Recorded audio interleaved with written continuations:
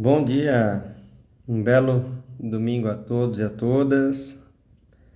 Começando mais uma live da maratona que eu estou fazendo de lives, onde o pano de fundo, o assunto principal é o trabalho colaborativo entre médicos obstetras e enfermeiras obstetras e obstetrizes. E hoje é uma live solitária, sozinha, eu mesmo, para falar de mitos obstétricos, mitos do sistema obstétrico, né? Bom dia a todos que estão por aí. Oi, Sâmia, oi, Natália. Bastante gente entrando. Aquela cara de domingo que acorda tarde, né? Que bom, né? Que bom ter um dia da semana para dormir.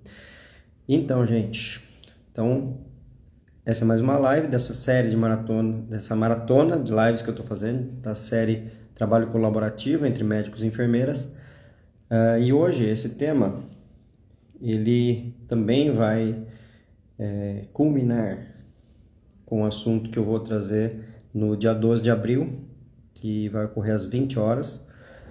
Vai ser em outra rede social, vai ser pelo YouTube. Então, quem for enfermeira e obstetriz quiser se inscrever, tem que entrar no linkzinho que tem na bio ali, clicar se inscrever, para a gente conversar à parte lá, né? Os médicos, as enfermeiras e as obstetrizes, para a gente falar de todo esse entorno que envolve o trabalho nosso, né? A colaboração entre os nossos trabalhos e principalmente mostrar para as enfermeiras e obstetrizes como ter mais autonomia no seu atendimento, seja num trabalho CLT, seja num trabalho autônomo, ou seja, como ganhar mais autonomia nesses dois cenários, ok?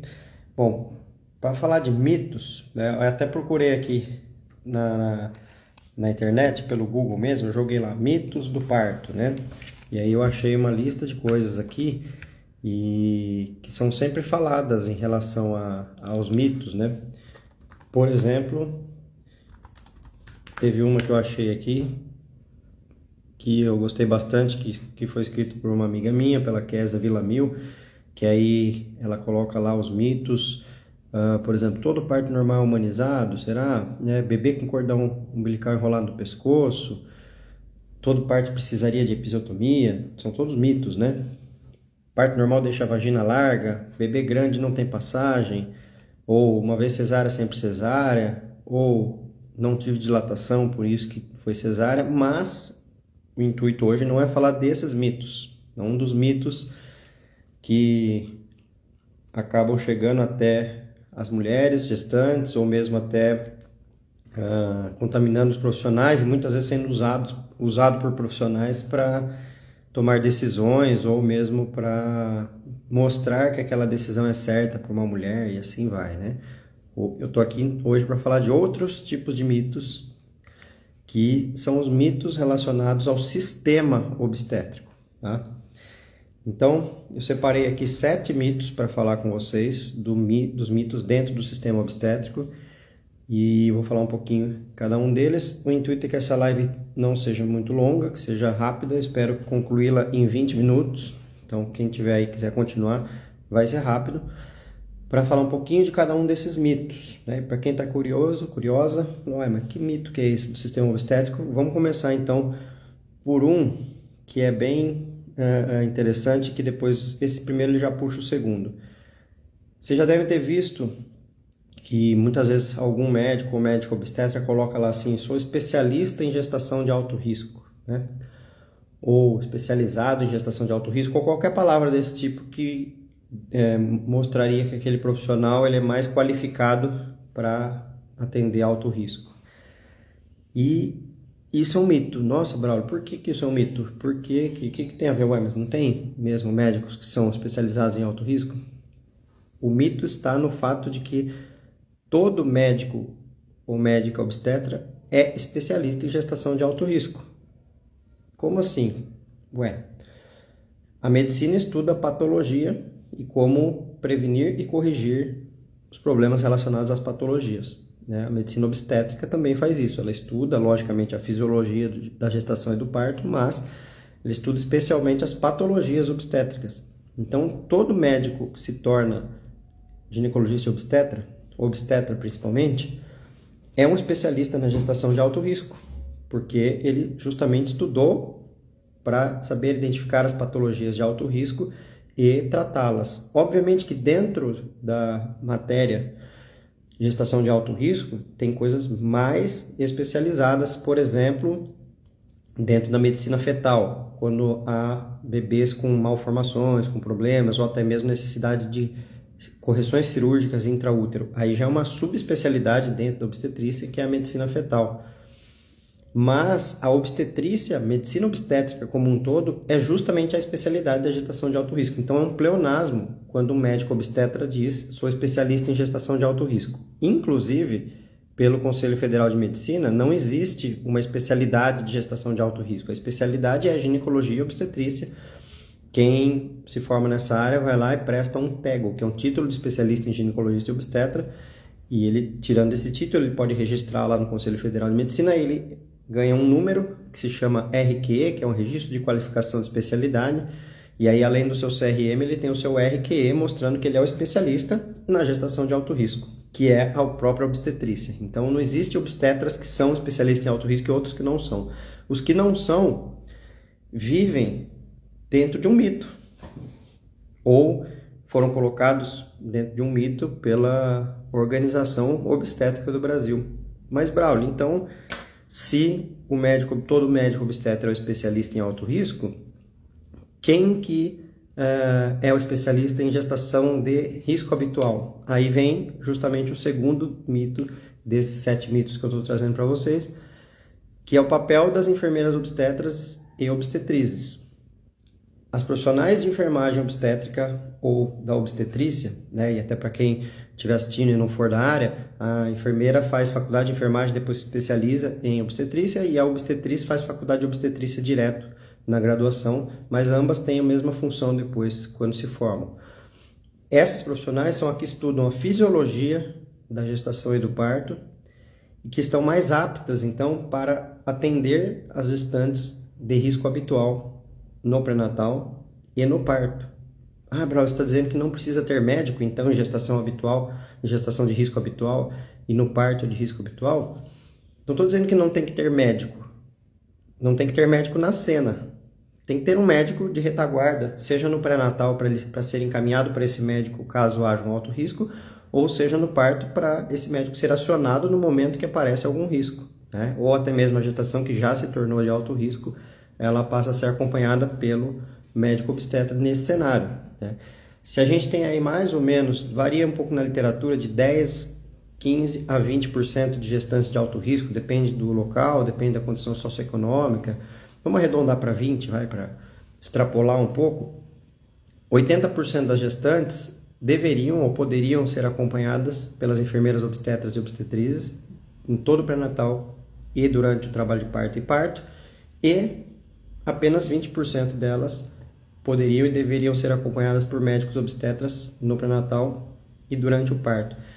Ah, mas então você está dizendo que o trabalho de um começa quando termina o do outro? Não, porque há uma transdisciplinaridade, uma intersecção entre as duas funções, onde numa gestação de risco habitual que se torna de alto risco, isso não exclui a participação da enfermeira como uma pessoa que pode e deve estar acompanhando o trabalho de parto e o parto juntamente com o médico obstetra. Bem como na gestação de risco habitual, como eu falei, não exclui a existência de um médico. O médico ele estará na retaguarda, não precisa estar na cena, mas ele estará na retaguarda, tanto do pré-natal quanto do parto. Ou seja, isso é trabalho colaborativo, né? Não é que termina o trabalho de um e começa do outro, mas há uma intersecção, uma fusão entre as funções, mas cada um se especializa, estuda e entende mais uma parte. Tem muitos médicos obstetras que falam: nossa, então, lá na minha cidade tem enfermeiras que atendem pré-natal e olha só, elas até atendem pré-natal melhor do que médicos às vezes, né? E não é que elas até atendem pré-natal melhor do que médico, é que a função delas é essa, né? A função de cuidado, de receber, de ouvir e não de agir, de impor e de colocar uma intervenção é justamente da enfermagem obstétrica e da obstetrícia. Então, é um engano quem diz que ela até atende melhor. Ela justamente atende melhor porque é a função dela, né? Então, Braulio, você está dizendo então que não tem que colocar gestações de risco habitual para os médicos atender? Exatamente, é isso que eu estou falando. Isso estou falando.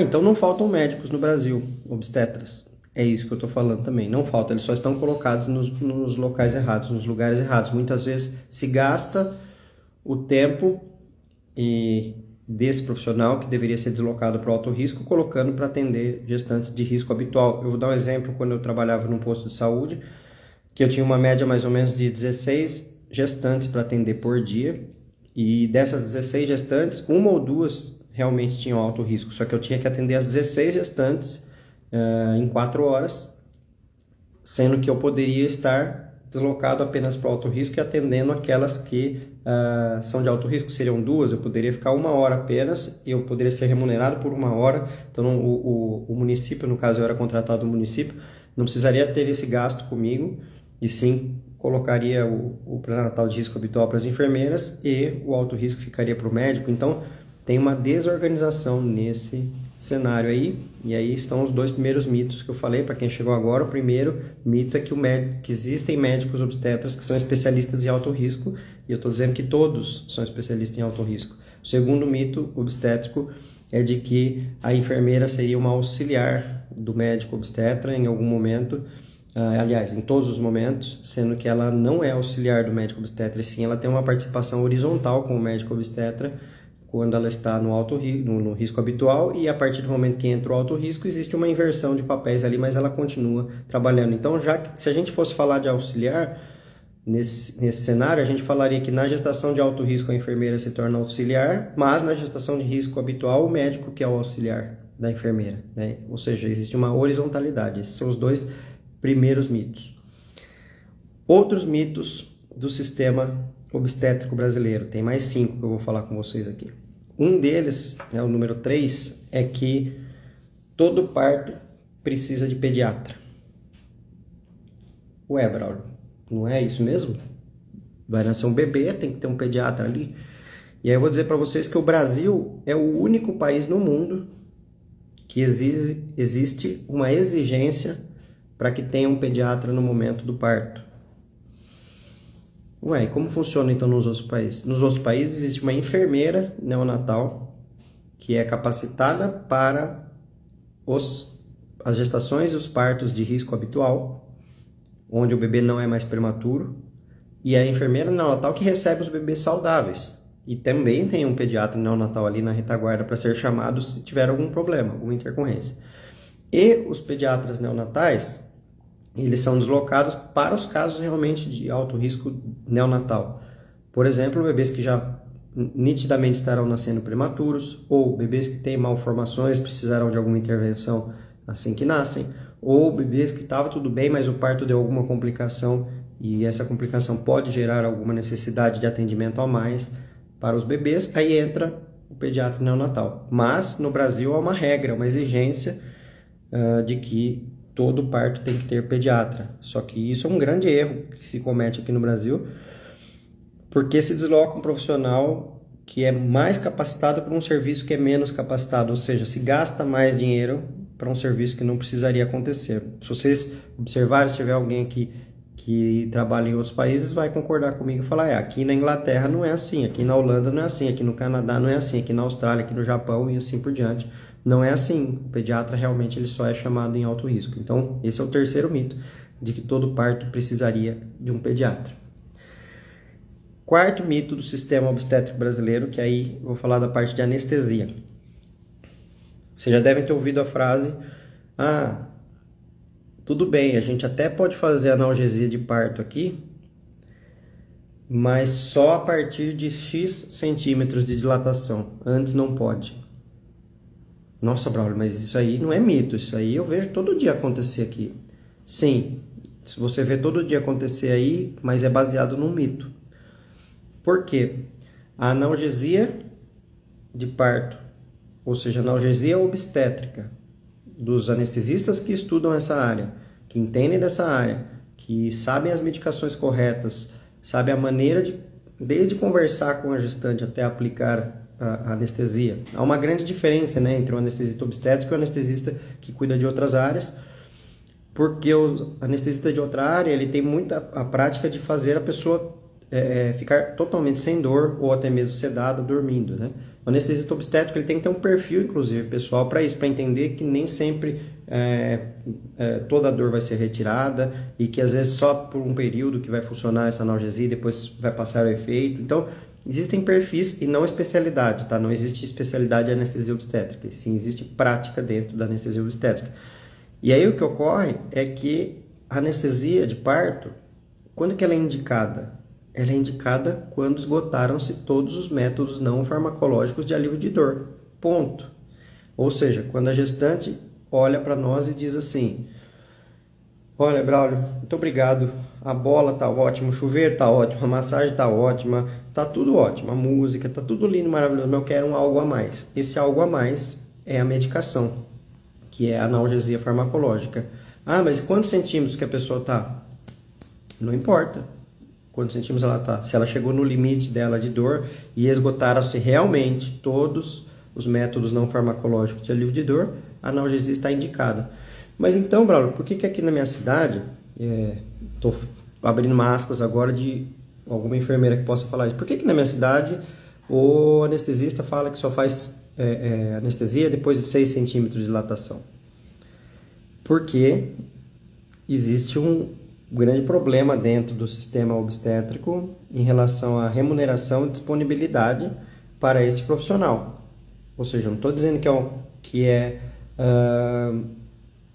longe de ser uma responsabilidade, não responsabilidade, vou usar outra palavra, longe de ser uma decisão técnica, porque não tem nada a ver quantos centímetros que a pessoa está para decidir uma analgesia, mas é muito mais uma decisão logística, administrativa, financeira e que muitas vezes é imposta ao anestesista. Eu, inclusive, estou aqui do lado dos anestesistas que trabalham com isso, porque já que eles podem ser acionados para aplicar anestesia durante 1 hora, 6 horas, ou 12 horas, ou 18 horas, quantas horas forem, eles têm que receber por isso também. A remuneração faz parte disso. Então, muitas vezes, a justificativa de que só pode fazer após X centímetros é pelo tempo, para ficar menos tempo nesse atendimento. Algumas vezes por não ter logística para isso, às vezes é um lugar que tem muitos partos ao mesmo tempo, ou, como eu falei, por não ter remuneração. Mas a mulher não tem culpa disso, né? Então a gente tem que resolver isso também. Por isso que isso é um mito, que só pode fazer anestesia com X centímetros de dilatação. Então esse foi o 4º mito. Se tem alguém chegando agora, eu já falei do mito de que médico obstetra, todo médico obstetra, ele é o especialista em alto risco, e não somente alguns, né? O segundo, de que a enfermeira obstetra e a obstetriz é a especialista nas gestações de risco habitual e não ela é um auxiliar do médico obstetra. O terceiro, de que todo parto precisaria de um pediatra e só os partos realmente que o bebê precisaria de um cuidado a mais que precisaria de pediatra. O quarto que eu falei agora, que é sobre fazer anestesia com X centímetros, tá? Aí vamos para o 5º mito, que é: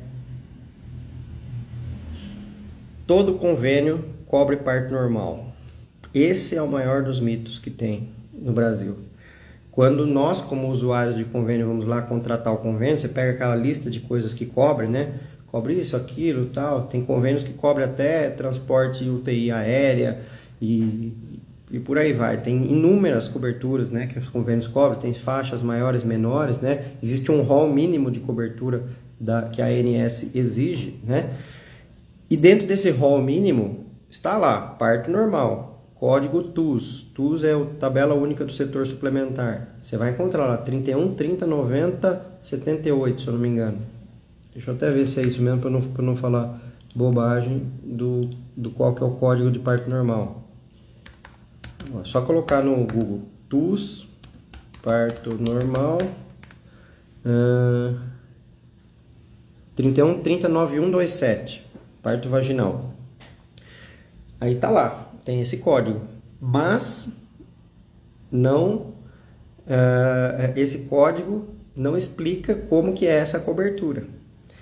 E aí quando você vai ver o código de cesárea, que é, deixa eu colocar aqui, que é um número parecido com esse, cesárea, tudo cesárea é o 31, 30, 90, 54. Nas tabelas, há apenas 8% de diferença de remuneração a mais para o parto normal do que para a cesárea. Então, imagine um convênio que pague R$ 500 para uma cesárea. Pega 8%, 8 vezes 5, 40, vai pagar 540 para um parto normal. Só que essa cesárea, que ela não deveria, mas ela pode ser feita eletiva, ela tem a hora marcada, o profissional, a equipe, o hospital vão gastar 1 hora e meia ali para aquele procedimento. E o parto normal pode acontecer em qualquer dia, qualquer hora, numa faixa de 5 semanas, pode durar 1 hora, 2 horas, 10 horas, 20 horas. Ou seja, nenhum convênio cobre a disponibilidade obstétrica e nem a imprevisibilidade obstétrica. Imprevisibilidade é diferente de disponibilidade, elas andam juntas, né? A disponibilidade é estar disponível para ser chamado. A imprevisibilidade é você ter que parar o que você está fazendo, porque você não vai ficar 24 horas do dia parado esperando um parto. Você vai estar fazendo outras atividades, né? Então não cobre a imprevisibilidade nem a disponibilidade obstétrica. E aí o que ocorre é que nas cidades, que são poucas, aqui em São Paulo isso tem, mas são poucas cidades que têm plantão de obstetrícia de convênio. Aí ok, nesse caso o convênio está cobrindo, porque tem um médico de plantão lá 24 horas, então ela não precisa chamar o médico que ela acompanha no pré-natal, tem outras questões envolvidas com isso, não vou entrar nisso agora, mas tem médico lá de plantão 24 horas. Só que, se a gente for olhar Brasil todo, nem 10% das maternidades que atendem convênio tem plantonista 24 horas para atender um parto. Ou seja, é um mito que convênio cobre parto normal. Não cobre. Convênio cobre procedimentos com hora marcada. E o parto normal não tem hora marcada. Já vou desdobrar um pouquinho esse mito também, só para falar uma questão, que é o convênio não cobre indução de parto. A indução de parto ela pode demorar de 1 a 3 dias. E não tem cobertura para isso. Não existe lá um código de indução que o médico pode ficar de 1 a 3 dias, a equipe toda ficar de 1 a 3 dias induzindo um parto. Não existe. Por isso que muitas vezes pelo convênio, quando há necessidade de terminar uma gestação, muitas vezes vão para cesárea diretamente e não tem indução, né? E aí não se tem a prática da indução, a logística para a indução, o hospital não está acostumado com isso e envolve inúmeras outras questões. Então, que o convênio cobre tudo é um mito. O que o convênio cobre? Os convênios cobrem, muitas vezes, muito bem a internação da mulher na maternidade, né? Então cobre toda a taxa que a maternidade cobra ali de internação, cobre todos os exames feitos, tanto no pré-natal, ou se precisar algum durante o parto, mas a parte profissional fica muito a desejar. E isso dá para a gente entender um pouco como funciona o sistema suplementar todo no Brasil, né? Nós, usuários de convênios, a gente paga um dinheiro lá por mês para o convênio tem que organizar esse dinheiro de alguma forma, ele tem que pagar hospitais, tem que pagar laboratórios, tem que pagar os próprios funcionários deles, tem que pagar os impostos, e a última pessoa que sobra ali, o último profissional que sobra são os profissionais que atendem. Tanto que vocês forem ver a remuneração, por exemplo, de nutricionistas, de fisioterapeutas, de psicóloga, pelo convênio é lamentável, né? Porque eles vão espremendo, só aquilo que sobra é que fica para os profissionais, para os médicos também, porque nós temos menos força, né? Um hospital tem mais força, um laboratório tem mais força de exigir que o convênio os remunere melhor. Então a parte de profissionais realmente fica muito a desejar, e por isso que é um grande mito que o convênio cobre parto normal adequadamente. Não cobre. Aí vamos para o próximo mito. E aí esse é um mito que quem está assistindo aqui, eu acredito que é um mito que todo mundo tem já na ponta da língua, mas se tiver alguém assistindo aqui que não é da área, ou que já tenha ouvido alguma notícia dessa forma, é um mito muito usado pelo sistema obstétrico, é um mito contrário, né? Eles que usam esse mito em matérias sensacionalistas, às vezes dizendo que, olha só, aconteceu um parto onde a doula estava fazendo um parto e aconteceu XYZ, aconteceu algum problema lá, né? Então, quem está assistindo aqui, se for da área e já trabalha com essa área, sabe muito bem do que eu estou falando, né? Eles confundem muito isso, né? Eles acham que a doula faz parto, né? E aí eles falam, não, mas a doula que tem uma formação que não é técnica, como é que ela pode ter capacidade para atender um parto e, lógico, eles estão com razão, porque só que eles não estão entendendo que muitas vezes já teve partos, por exemplo, que eu já vi notícias lá, tinha 2 enfermeiras obstetras, uma doula, e fala, a doula fez o parto. Fala, gente, a doula é a que menos fez aquele parto, a que mais fez o parto foi a gestante, a própria mulher, e as outras enfermeiras que ajudaram naquele parto, né? Então, tem muito mito por trás disso, de o sistema obstétrico acreditar que surgiu aí uma nova classe que estaria fazendo partos, sendo que se eles olharem com mais carinho para a profissão da doula, eles vão entender que o papel delas é justamente, vamos fazer um quadrinho no ar aqui, se eu coloquei já 2 paralelos aqui entre a enfermeira obstetra e o médico obstetra e entre a enfermeira neonatal e o pediatra neonatal, certo? Existe uma intersecção de funções, existe um trabalho colaborativo entre esses.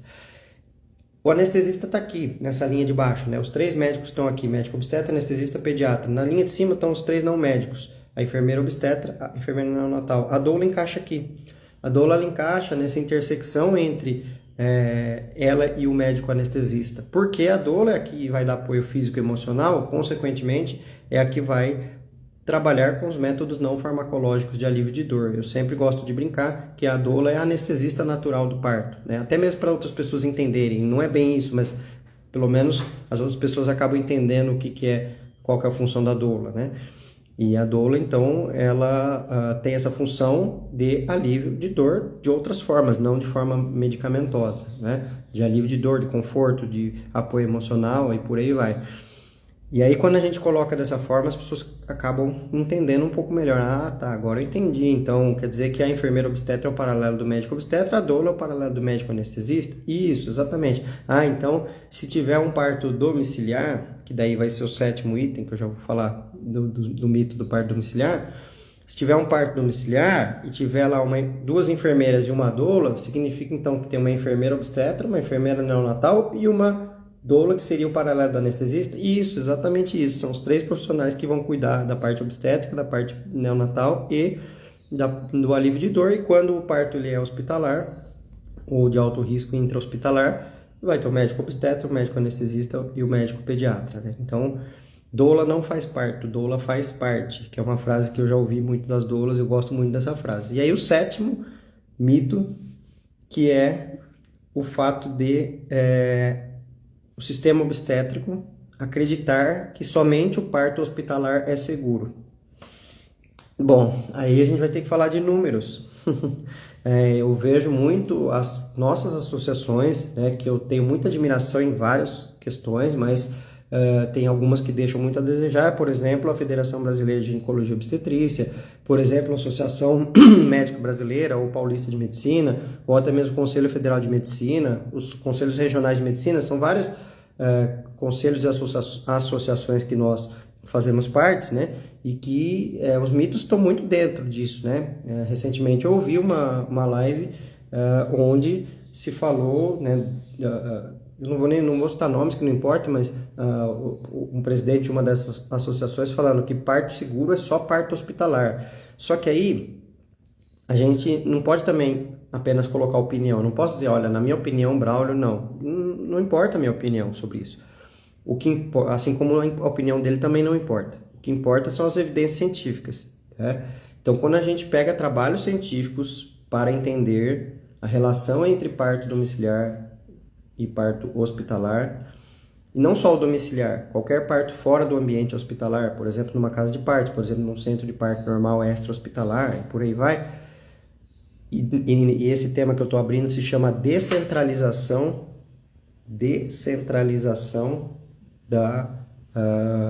do cuidado obstétrico, né?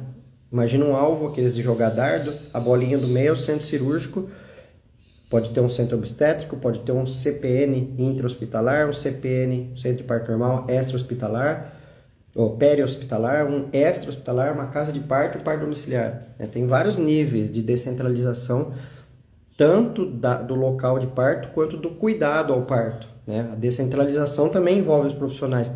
Tem que ter médico em todas essa roda aqui do alvo? Não, os médicos estão mais no centro e as enfermeiras estão mais na periferia desse alvo, justamente quando a gente faz uma triagem obviamente, das gestantes. As de mais risco estão mais para o centro, as de menos risco estão mais na borda, né?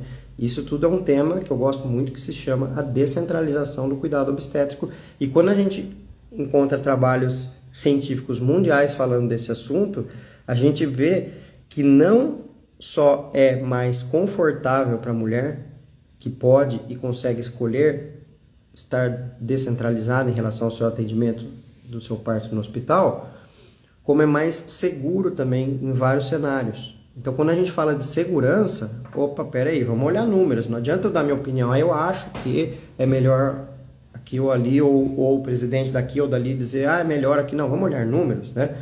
Tem um trabalho holandês muito interessante que estudou 515 mil casos de partos e que ele mostra que quando você separa de um lado os partos que foram não hospitalares planejados, ok? Planejados, não aquele que nasceu no carro sem querer, esses daí não entram na conta. Então, parto não hospitalar planejado versus parto hospitalar planejado. E quando há uma triagem de risco da gestante, do bebê, ou seja, as de alto risco estão lá no hospital, não se discute, né? As de risco habitual ou de menor risco estão fora do hospital.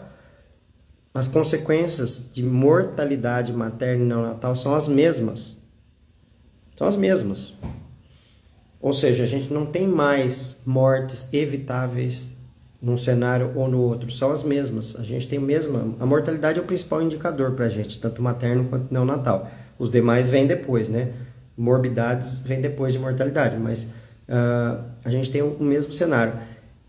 Apesar de ter uma pequena diferença que não é estatística. Só que aí vem um trabalho canadense, bastante interessante. Quem ficar curiosa e quiser me pedir depois, eu posso mandar esse trabalho. Que é um trabalho canadense, mais recente, até mais novo do que esse holandês, que eu vou até abrir a capa dele aqui para mostrar para vocês. Esse trabalho, ele de fato, ele desbanca qualquer afirmativa de que o parto domiciliar é inseguro e que o hospitalar é mais seguro. Ele coloca os pingos nos is, as coisas nos lugares certos. Deixa eu achar aqui. Esse eu não tinha separado, por isso que eu não tá com ele aberto aqui, mas ele não tá difícil de eu encontrar não.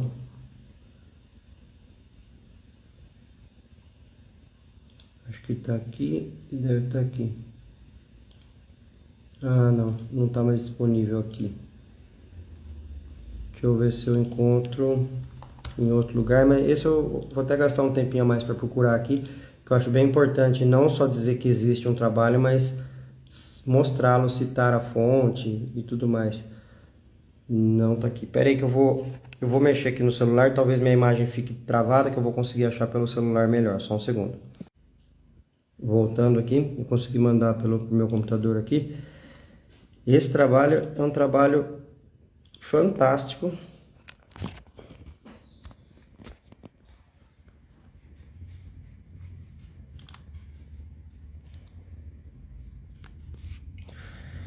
Que fala da mortalidade neonatal e perinatal, comparando mulheres que tiveram tentativa de trabalho de parto em casa, comparado com mulheres de baixo risco, né, de risco habitual, que tiveram tentativa de parto hospitalar, né, uma revisão sistemática e uma meta-análise. Tá? Quem quiser procurar ou quiser me pedir depois, isso aqui está no journals.elsevier.com. Tá? Esse trabalho aqui, o que ele fala? Eu vou falar resumidamente. Ele fez um pouco a mais do que o trabalho holandês que eu citei, que pegou simplesmente e comparou partos domiciliares com hospitalares e ponto. Ele separou os hospitalares, os domiciliares em dois grupos diferentes comparados com o hospitalar. Um grupo, ele colocou os partos domiciliares planejados com uma equipe que não tem vínculo com o hospital. E no outro, partos domiciliares planejados com equipe que tem vínculo com o hospital. E aí o que ele viu? O que ele conseguiu separar esse trabalho diferente do trabalho holandês? Que aquelas equipes que têm um trabalho de parto domiciliar com um vínculo com o hospital, qual que é o vínculo? Não estou dizendo que a pessoa contratada do hospital, CLT, nada disso. Ela tem um vínculo, ela é cadastrada no hospital, ela é aceita no hospital, ela ou até faz parte do corpo clínico, tanto faz, mas é uma equipe que trabalha com parto domiciliar institucionalizado com esse hospital, ou seja, o hospital sabe que o parto está acontecendo e vice-versa, versus uma equipe que tem um parto domiciliar, entre aspas, escondido desse hospital. Então, o que acontece? Nesse cenário de parto domiciliar planejado com vínculo, os índices eles são exatamente os mesmos, com uma vantagem do domiciliar de não ter índices de infecção hospitalar, obviamente, porque a pessoa não foi para o hospital. E no grupo separado, onde não tem vínculo, aumenta em 3 vezes o risco comparado ao parto hospitalar.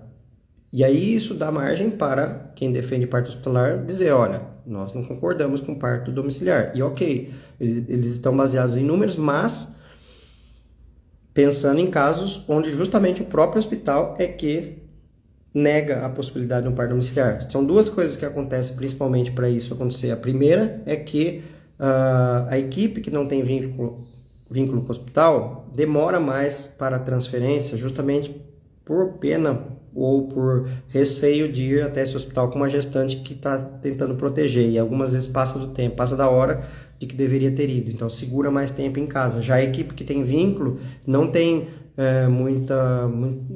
não param muito para pensar, se tiver que transferir, transfere logo e ponto, né? E o segundo ponto é que a recepção no hospital que não está preparado para receber transferência de parto domiciliar também é ruim. Às vezes a gestante, a equipe sofre bullying devido a estar tentando parto domiciliar, bem como, às vezes, o médico intra-hospitalar, ele está dizendo lá, olha, vamos deixar ela aí, já que ela estava tentando em casa, deixa ela um tempo esperando aí, né, para castigar de alguma forma essa tentativa de parto domiciliar, e às vezes esse tempo também é primordial para que haja alguma diferença significativa numa intervenção, né? Então, quando a gente separa esses 2 grupos de parto domiciliar, essa imagem fica bem clara. E qual é a importância, não só de quem defende, né, de nós defendermos o parto domiciliar, ou seja, a descentralização do cuidado obstétrico, mas a gente tem que defender também a institucionalização do parto domiciliar, ou seja, a vinculação das equipes com o hospital e, por que não dizer, a regulamentação no Brasil pela Anvisa das equipes de parto domiciliar. Essa é uma outra conversa que vai bem mais longe, né? Um dia a gente chega lá. Bom, com isso eu falei então dos 7 temas, os 7 mitos do sistema obstétrico brasileiro, né? No começo eu entrei dizendo que eu não iria falar de cordão enrolado no pescoço, cesárea sempre cesárea, não tem dilatação e por aí vai. Não eram mitos obstétricos, mas sim mitos do sistema obstétrico brasileiro. Fazendo um resumão aqui de quais são os 7 mitos que eu trouxe hoje aqui para vocês. O primeiro de que todo médico, aliás, eu vou falar um mito primeiro, né? De que existem médicos obstetras que são especialistas em alto risco. Isso é um mito, porque todo médico obstetra é especialista em alto risco. Segundo mito, de que a enfermeira obstetra é uma auxiliar do médico. A enfermeira obstetra não é auxiliar do médico, ela é a especialista da gestação de risco habitual, assim como o médico obstetra é o especialista de alto risco, e assim como ela pode ser uma auxiliar no alto risco, o obstetra, médico obstetra, é um auxiliar do risco habitual, estando à disposição na retaguarda para isso. O terceiro, que todo parto precisa de pediatra, já falei que é só no Brasil que é assim, e quando a gente faz a classificação adequada de risco, os pediatras ficam somente no alto risco. O quarto, de que parto com anestesia só pode ser a partir de X centímetros, e não tem nada a ver, isso acontece no Brasil pelas questões de logística e remuneração, e o parto com analgesia pode ser independente de quantos centímetros a mulher estiver. O quinto, de que todo convênio cobre parto normal. Esse é o pior de todos, porque nenhum convênio cobre adequadamente parto normal, justamente por não cobrir a disponibilidade e a imprevisibilidade. O sexto, de que doula faz parto, né? Mas daí já é o mito contrário, o mito que eles acreditam que existe e que a gente sabe que não é. A doula é o anestesista do parto normal. E o sétimo, de que parto seguro é só parto hospitalar, também é um mito do sistema obstétrico, sendo que eu mostrei aqui um trabalho científico, quem quiser se aprofundar mais pode me pedir que eu mando, mostrando números bastante contundentes, com 500 e tantos mil casos estudados, de que a descentralização do cuidado obstétrico é mais segura, ela traz os melhores números de todos, né? Gente, quem está aqui comigo até agora, então, quem for enfermeiro obstetra ou obstetriz, eu quero, no dia 12 de abril, às 20 horas, fazer um encontro com vocês para falar sobre autonomia na assistência obstétrica, na autonomia das enfermeiras. Mas quem sou eu para falar isso? Justamente, quem sou eu? Por isso mesmo que vai ter a enfermeira Bárbara junto comigo, que trabalha comigo, para falar da parte da enfermagem, eu da parte da medicina, e nós vamos fazer um bate-bola bem legal, que a gente já está preparando para falar sobre como se tornar, como ter mais autonomia e reconhecimento na sua área, tanto na enfermagem obstétrica quanto na obstetrícia. Então, quem quiser participar precisa se inscrever, porque não vai ser, vai ser ao vivo, mas não aberto, vai ser fechado dentro de um link fechado no YouTube, tá? Então, você entra no Linktree aqui, que tem um linkzinho na bio, clica, aí só por e-mail lá, rapidinho, é facinho. Demora 10 segundos. Põe o e-mail lá, porque daí você vai receber no e-mail o acesso. Igual quando a gente faz reunião pelo Zoom, sabe? Que você recebe um link do Zoom, mesma coisa. Você vai receber um link para poder participar no dia 12 de abril. Ok? Eu vi que teve bastante comentários, bastante falas passando aqui. Não deu para ler todo mundo. Ó, tem gente que falou, dá uma olhada no seu direct, vou olhar assim.